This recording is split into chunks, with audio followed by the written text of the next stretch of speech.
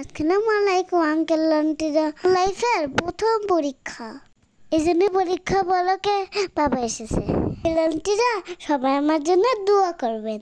সবাই ওর জন্য দোয়া করবেন।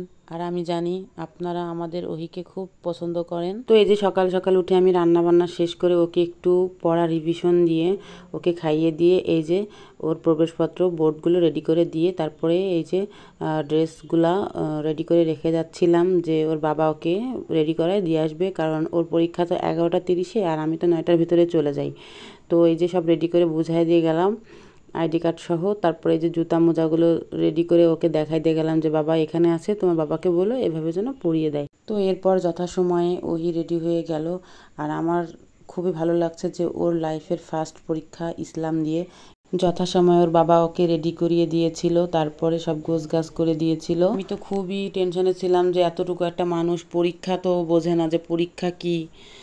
তারপরেও আলহামদুলিল্লাহ ও যে পরীক্ষা দিয়ে আসছে এটাই আমি খুশি। তো যেমনই হোক ওই পরীক্ষা দিতে যাচ্ছে, প্রথম জীবনে পরীক্ষা। আমি মা হিসেবে খুবই এক্সাইটেড, যার কারণে এই ভিডিওটা করা আর আপনাদের সাথে শেয়ার করা। বিশেষ করে আমি ভিডিওটা করার কারণ এটা আমি রেখে দেব এজন্য যে ফার্স্ট পরীক্ষা ও যাতে বড় হয়ে দেখতে পারে। তো আলহামদুলিল্লাহ এই যে ও যাচ্ছে। আবার কেউ ভাববেন না যে কোন কারোর বাচ্চারা হয়তো পরীক্ষা দেয় না, যে এটা আবার দেখানোর কি আছে।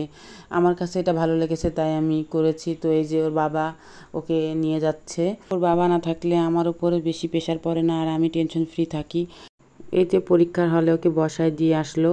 ও হেজাব পরে বেশিক্ষণ থাকতে পারে না, নাকি গরম লাগে। তো যাই হোক, ছোট বাচ্চা।